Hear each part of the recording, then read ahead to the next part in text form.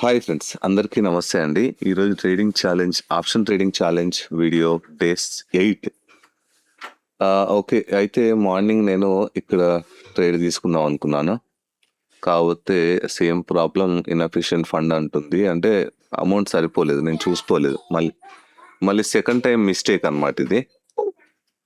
యాక్చువల్గా ఫండ్ ఉంది 23,549 నిన్న చూపించినట్టుగానే, కాకపోతే అమౌంట్ సరిపోలేదు.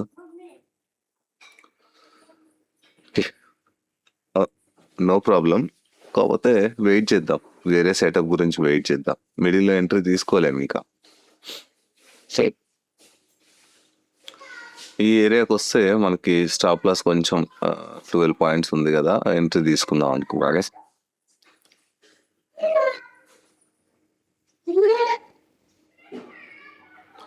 మేబీ ఆల్రెడీ గ్యాప్ అప్ ఇచ్చింది మార్కెట్, ప్లస్ ర్యాలీలో ఉంది కాబట్టి ఇప్పుడు సెల్లింగ్ సైడ్ అయితే చూడలేము అసలు. ఎందుకంటే వన్ వేలో సెల్లింగ్ చూపించింది కదా మార్కెట్. సెల్ సైడ్ అయితే ఇప్పుడు చూడలేము. ఒకవేళ మధ్యాహ్నం తర్వాత 1:30 తర్వాత ఏమన్నా సెల్లింగ్ వస్తే చెప్పలేము అనమాట. మన ట్రేడింగ్ 1 లోపే కంప్లీట్ అయ్యేటట్టు చూస్తున్నాం సెటప్ వస్తే. లేదంటే ఈరోజు అవాయిడ్ చేద్దాం, నో ప్రాబ్లం. మనకి సెటప్ రాకపోతే పొజిషన్ తీసుకోలేదు అనుకోండి, మనకు లాస్ అయితే ఉండదు. కానీ బలవంతంగా పొజిషన్ తీసుకుంటే మాత్రం ఖచ్చితంగా లాస్ అవుతుంది అనమాట.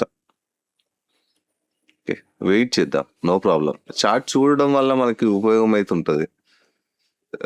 సో కానీ క్యాండిల్ని బట్టి మనం ట్రేడ్ చేయాలి అని చెప్పేసి ఫోమోలో వెళ్ళామనుకోండి, మనకి ఎలా ఉంటుందంటే ఇంకా ఎక్కడో అక్కడ తీసుకోవాలి ట్రేడ్, ఎక్కువ క్వాంటిటీ అయినా పెట్టి తీసుకోవాలి అనే ఒక ఒపీనియన్ ఉంటుంది. లేకపోతే ఇప్పుడు 23,800 ఉంది కదా, 24,000 కానీ 24,200 కానీ అలా ట్రేడ్ తీసుకోవాలని ఉంటుంది, ఎక్కువ క్వాంటిటీ. ఎందుకంటే ప్రీమియమ్స్ తక్కువ ఉంటాయి కాబట్టి. సో అవుట్ ఆఫ్ ది మనీకి వెళ్ళకండి. ఆప్షన్స్లో సెల్లింగ్ ప్రెషర్ ఎక్కువ ఉంటుంది. వస్తే మంచి రిజల్ట్స్ వస్తాయి ఒక్కొక్కసారి, కానీ కాకపోతే లాస్ వచ్చినా కానీ అదే విధంగా ఉంటుంది అనమాట, ఎక్కువ ఉంటుంది ఇంకా. So out of the money అసలు అవాయిడ్ చేయండి. ఓకే, ఇవాళ ట్రేడ్ వస్తే అబ్జర్వ్ చేద్దాము. ఇదైతే అనాలిసిస్ ప్రకారం 438 అయితే టచ్ చేయాలి. చూద్దాం, వెయిట్ చేద్దాము. Wanna clear a bottle of Cabernet, wanna stay home, not even drink, wanna get out of my own head, wanna lay down, overthink, I wanna cry every tear I got, put on a dress, be a stranger's dream, lock up this heart of mine, wanna wear it on my sleeve, I kinda wanna hate you. ఫైనల్గా మనం అనుకున్న 40 points అయితే reach అయిందండి. Actual 48 points పెట్టినా నేను. ఇక్కడ దాకా రావాలని 437 దాకా ఒక 10 పైసా, ఒక 20 పైసాలో మిస్ అయింది. ఓకే, మన 40 పాయింట్స్ టార్గెట్ అయితే ఇక్కడ దాకా ఉందండి. 40 పాయింట్స్ టార్గెట్ హిట్ అయిపోయింది. మీరు ఇక్కడ ఒకటి గమనించండి, చాలాసార్లు నిఫ్టీలో, ఇండి మనీలో జరుగుతుంది. అంటే ఆప్షన్స్కి స్పాట్కి తేడా చూడండి మీరు ఒకసారి. అంటే విక్స్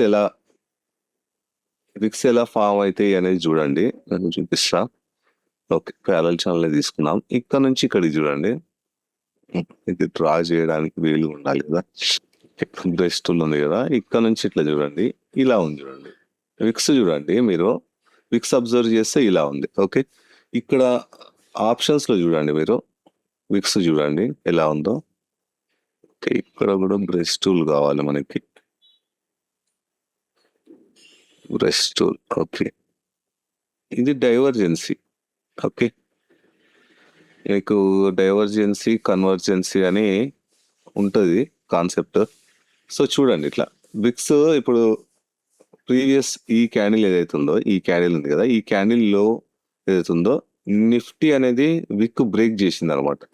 కానీ ఆప్షన్స్లో చూడండి, ఇక్కడ మీరు అబ్జర్వ్ చేస్తే మళ్ళీ ఒక్కసారి ఇది ఒక్కసారి డిలీట్ చేస్తాను. డిలీట్ చేసి మనకి ఇక్కడ చూడండి ఇలా ఉంది చూడండి కర్వ్. ఓకే, మనకి ఇందులో వచ్చేసి ఎలా ఉంది, ఇలా ఉంది. అంటే యాంగిల్ వేరియేషన్ ఉంది చూడండి. ఎందుకు ఇక్కడ బయ్యర్ ఉన్నాడు కాబట్టి. మీకు ప్రీవియస్ వీడియోలో కూడా చెప్పిన ఇలాంటివి వస్తే మార్కెట్ అప్ సైడ్ వెళ్ళే ఛాన్స్ చాలా ఎక్కువ ఉంటుంది అని చెప్పేసి.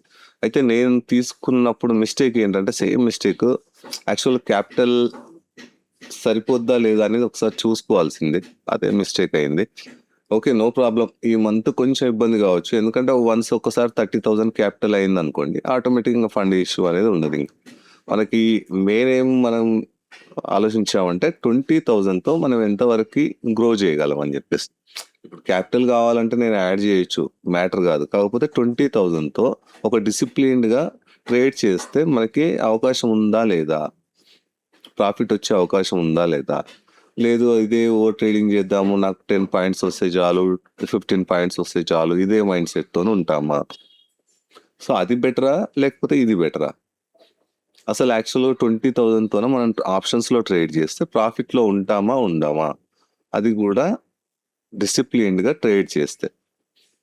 కాకపోతే ఇవన్నీ అబ్జర్వ్ చేయాల్సి వస్తుంది. అయితే సేమ్ ప్రాబ్లం ఏంటంటే ఆర్డర్ బుక్లో మీరు చూడొచ్చు, ఇక్కడ 9:27:12కి 9:27:12కే ఆర్డర్ రిజెక్ట్ అయింది. సేమ్ ప్రాబ్లం, ఇన్ఎఫిషియెంట్ ఫండ్ అని చెప్పేసి నేను చూసుకోవాల్సింది, నాదే మిస్టేక్. ఓకే, నాకేమనిపించింది అంటే ప్రతిసారి దీని ఎంట్రీ ఏంట్రా బాబు అన్నట్టు అనిపించింది. ఇంకా సరే, నేను లాజిక్ చెప్తా చూడండి. అంటే మనం తీసుకోవడానికి మెయిన్ రీజన్ ఏంటంటే, సో మీరు బాగా అబ్జర్వ్ చేయాల్సి వస్తుంది కొంచెం. Okay, market gap up open అయింది. అయితే మామూలుగా ఏమనుకుంటారంటే, సరే ఫస్ట్ 9:27కి నేను తీసుకోవడానికి రీజన్ ఏంటో చెప్తా. 9:27 క్యాండిల్ ఇది ఈ ఏరియాలో 388, 389 మధ్యలో తీసుకుందాం అనుకున్నాను నేను. ఓకే, నేను యాక్చువల్గా ఏంటంటే ఒకటే స్ట్రైక్ ప్రైస్ని చాలా వరకు ట్రేడ్ చేయడానికి ఇష్టపడతా. ఎందుకంటే దాని బిహేవియర్ అనేది నాకు అర్థమవుతుంది. మార్కెట్ నిఫ్టీ బిహేవియర్తో పాటు ఆప్షన్ బిహేవియర్ కూడా నాకు అర్థమవుతుంది అనమాట. ఇప్పుడు స్ట్రైక్ ప్రైస్ చేంజ్ చేస్తే ఏమైందంటే డికే ప్రాబ్లం వస్తుంది, టార్గెట్ హిట్ కాదు, ఇలాంటి ఇష్యూస్ అన్నీ వస్తాయి అన్నమాట. ఓకే, ఈ మంత్ ఒకసారి మనకి ఫండ్ సరిపోక రిజెక్ట్ కావచ్చు, కానీ వన్స్ మనం 20,000ని కొంచెం ఇంప్రూవ్ చేసుకున్నాం అనుకోండి, ఆటోమేటిక్గా నెక్స్ట్ మంత్ నుంచి ప్రాబ్లం ఉండదు. ఓకే, ఇక్కడ చూడండి, ఈ డైవర్జెన్సీ అంటారు అనమాట. ఇక్కడ కూడా మీకు నిఫ్టీలో చూపిస్తా.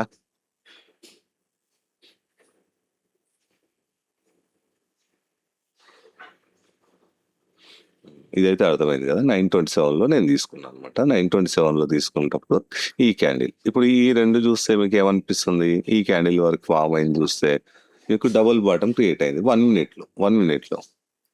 ఓకే, మార్కెట్ బుల్లిష్ ఉంది. అయితే నేను ఏం చేస్తా అంటే, మేజర్ మూవ్ వచ్చింది అనుకోండి, 1 మినిట్లో ఎక్కడైనా డబుల్ బాటమ్ కానీ, డైవర్జెన్సీ కానీ, ఓకే రౌండ్ నెంబర్స్ కానీ ఇలాంటివి ఏమన్నా ఉంటే అక్కడ ట్రేడ్ తీసుకోవడానికి ఇష్టపడతా. ఇంకా మీకు మ్యాజిక్ నెంబర్స్ ఉంటాయి, అవి లాజికల్గా ఫిబొనాసీ సిరీస్ని బట్టి ఉంటాయి అనమాట. ఆప్షన్స్లో కానీ మీరు ఆ నెంబర్స్ చెప్తా, వీలైనప్పుడు చెప్తా, మీకు మంచిగా డీటెయిల్డ్గా చెప్తా ఒక వీడియో. ఆప్షన్స్లో కొన్ని నెంబర్స్ ఉంటాయి అనమాట. ఆ నెంబర్స్ని కానీ రెస్పెక్ట్ చేసింది ప్రైస్ అంటే మంచి మూవ్ వస్తుంది. ఓకే, ఇప్పుడు మనం తీసుకున్న క్యాండిల్ ఇదండి. కాకపోతే మనకి ఇన్ఎఫిషియెంట్ ఫండ్ వచ్చింది, మనం మధ్యలో ఎంటర్ కాలేము. ఎందుకంటే టార్గెట్ మనకి 40 పాయింట్స్ పెట్టుకున్నప్పుడు మధ్యలో ఎంటర్ అయితే ఏమైందంటే స్టాప్ లాస్ దూరం అవుతుంది ఒకటి. సెకండ్ మైనస్ పాయింట్ ఏమైందంటే టార్గెట్ మనం అనుకున్నది రాదు. ఓకే, 2 మైనస్లు ఉంటాయి. అలా అని చెప్పేసి నేను ఎంట్రీ తీసుకోలేదు, నో ప్రాబ్లం.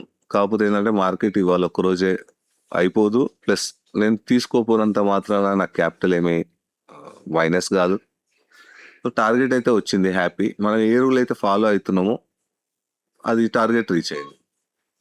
సో మనం ఏదైతే రూల్స్ పెట్టుకున్నామో, ఏదైతే స్ట్రాటజీ అనుకున్నామో, ఆ రూల్ ఫాలో అయితే మనకు డబ్బులు వస్తున్నాయా లేదా, మనం అర్న్ చేయగలుగుతామా లేదా అనేది ఇంపార్టెంట్. అయితే మీకు ఇంకొక మార్కెట్ని రీడ్ చేసేటప్పుడు కొంచెం జాగ్రత్తగా ఏం చేయాలంటే, నిఫ్టీలో మ్యానిపులేషన్ ఎక్కువ ఉంటుంది యాక్చువల్గా. ఎందుకు ఉంటుంది అంటే, ఇంటర్నేషనల్ మార్కెట్ ఇప్పుడు ఏదైతే యుఎస్ మార్కెట్ ఉందో, యుఎస్ మార్కెట్కి మన మార్కెట్కి 100 times తేడా అనమాట. ఏ విధంగా అంటే ఇప్పుడు ఎట్లయితే మన కరెన్సీ 100 రూపీస్ ఉంది ఒక డాలర్కి, నియర్ బై ఇంచుమించు వాళ్ళు మ్యానిపులేట్ చేయాలంటే మనకంటే 100 టైమ్స్ బలవంతుడు ఎవరు? యుఎస్ మార్కెట్ అంటే ఎఫ్ఐఎస్. వాళ్ళు కావాలనుకుంటే మార్కెట్‌ని ఎటైనా తీసుకెళ్ళొచ్చు, ఏమైనా చేయొచ్చు. ఎందుకంటే మన మార్కెట్ చాలా చిన్నది వాళ్ళ దృష్టిలో. ఎందుకు? 100 టైమ్స్ బలవంతుడు. ఒక డాలర్ వాల్యూ రూ. 100 అనుకుంటే మనకి వాళ్ళకి ఎంత బలం ఉంటదో మీరు ఆలోచించండి. మనకంటే 100 రెట్లు బలవంతునితోనే మనం ఫైట్ చేయలేము. వాళ్ళని ఫాలో కావాల్సిందే ఖచ్చితంగా. అయితే మార్కెట్‌లో మ్యానిపులేషన్ అయితే ఉంది. ఖచ్చితంగా చెప్పగలను. డౌన్ సైడ్ తీసుకెళ్తారు. మళ్ళీ గ్యాప్ అప్ ఓపెన్ చేస్తారు. అసలు రీజన్ ఉండదు. మేజర్ ఫాల్ వచ్చినా ఒక్కోసారి రీజన్ ఉండదు. ఒక్కోసారి చిన్న ఫాల్ వచ్చినా రీజన్ చెప్తారు. సో, అలా అన్నమాట. ఇగ చూసి జాగ్రత్తగా చేసుకోవాల్సొస్తది నిఫ్టీలో. అయితే ఇక్కడ మీరు ఇక్కడ చూడండి సెల్లింగ్ చూపించారు గదా! ఇక్కడ ఒక సెల్లింగ్ ఉంది గదా! ఇక్కడ ఒక సెల్లింగ్ ఉంది గదా! ఈ సెల్లింగ్ తర్వాత మోస్ట్ పీపుల్ ఎక్కడ ట్రై చేస్తుంటారంటే ఈ పెద్ద క్యాండిల్ తర్వాత సెల్లింగ్ ట్రై చేస్తుంటారు. మళ్ళీ ఇక్కడ సెల్లింగ్ ట్రై చేస్తుంటారు. డీకేలో మొత్తం పోయుంటది ఇక్కడ. ప్లస్ సెన్సెక్స్ ఎక్స్‌పైరీ ఉంది నిన్న.